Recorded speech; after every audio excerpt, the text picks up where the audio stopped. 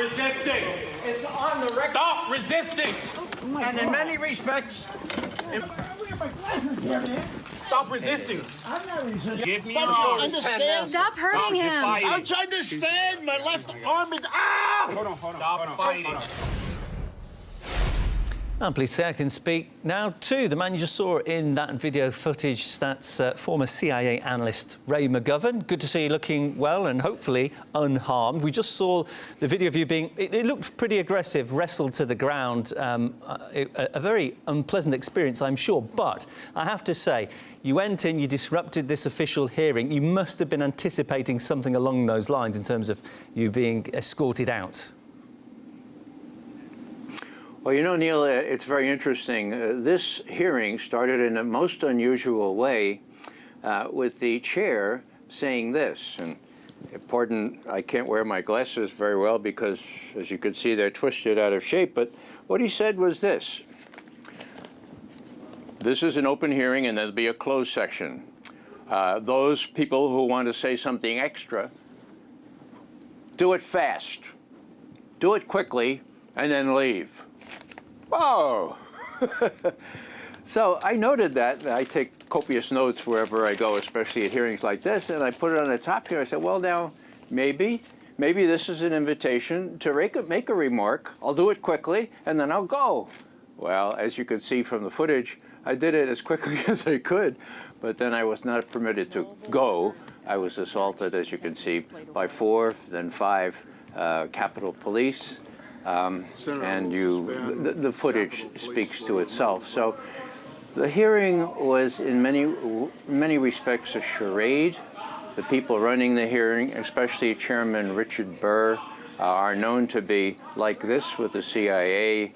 The first thing that Richard Burr did when he became chair in early 2015 was to recall all the copies of the 4-year study that committee, the Senate Intelligence Committee, had made on the basis of CIA original documents about CIA torture. And it was gruesome. And that's why he wanted all the copies back. And that was a tip-off as to how close. These are not oversight committees. These are overlook committees. They're joined at the hip with the intelligence services. OK, Ray, I want to just show for our viewers a short clip of Gina Haspel from that hearing. Let's have a quick look and listen.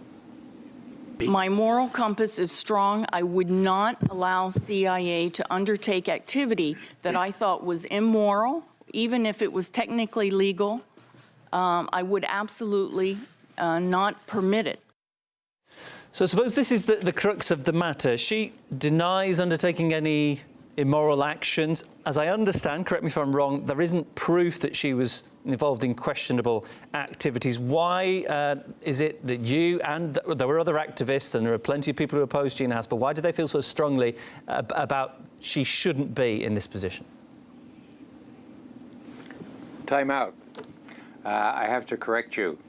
There is evidence that she directly supervised the waterboarding and other torture techniques of al-Nashiri, a detainee in Thailand. And that was actually what I picked up on when I approached the opportunity to speak. So it's not as though this is in the subjunctive mood. And that's what bothered me.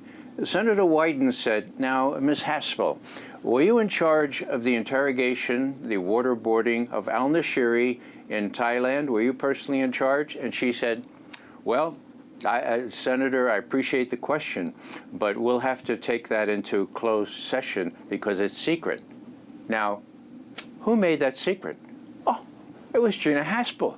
So the prospect of Gina Haspel, the nominee, making incriminating evidence on Gina Haspel secret so that the American people couldn't see on TV that she was indeed the torturer-in-chief of al-Nashiri in Thailand, and make it go to the closed session, that was too much. And that's why I got up and I said that. I said, Senator Wyden is entitled to an honest answer on that question. You know what it is. You have the documents. It is not really kosher. It is not really acceptable for you to to refer that to closed session, you should really make that available, because even if she says torture was legal, it wasn't legal. There's not an authority in the world except for those faux lawyers, those false lawyers, Alberto Gonzalez and all those people who made the case that torture for the first time in history, at least since the Inquisition,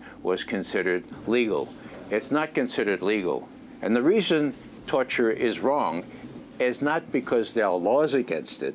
Please understand, there are laws against it because it's just plain wrong, okay? Human beings don't do those kinds of things to other human beings.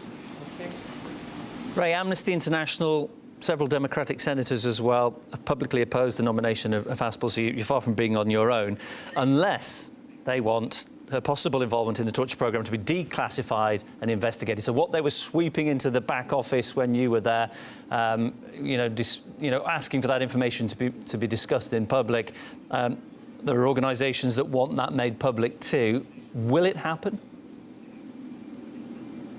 It won't happen. And there are lots of examples of why it won't happen. Here's Trump saying, we're finally, because of the law, going to reveal all the information we have about the Kennedy assassination. He says that in the morning. In the afternoon, he says, the FBI and the CIA say we can't reveal that, so maybe 6 months from now, we'll take another look at it. There are all kinds of recent examples and distant examples where the CIA and the FBI and others say, no, we can't do that, and the administration bows. Now, Obama was the worst of them, okay? When this Senate Intelligence Committee report, 4 years in the making, finally was redacted and made safe for publication, he tried all the mechanisms he had to prevent it. And that's when Dianne Feinstein said, look, Mr. President, if you don't publish this, we're going to read it from the floor. Mark Udall lost his re-election bid. He has nothing to lose. He's going to read the torture report from the floor. So you got a choice, Mr. Obama. Either we read it from the floor or you release that document. He released it in early December 2014. It is heinous. And if you see all these blackouts, you'll see Gina Haspel's name underneath some of those blackouts. I'll say once again, though, you were pretty roughly manhandled, so I'm sure it wasn't a pleasant experience. I appreciate you taking the time to come and speak to us, let our viewers get your side of the story. Former CIA analyst Ray McGovern, thank you.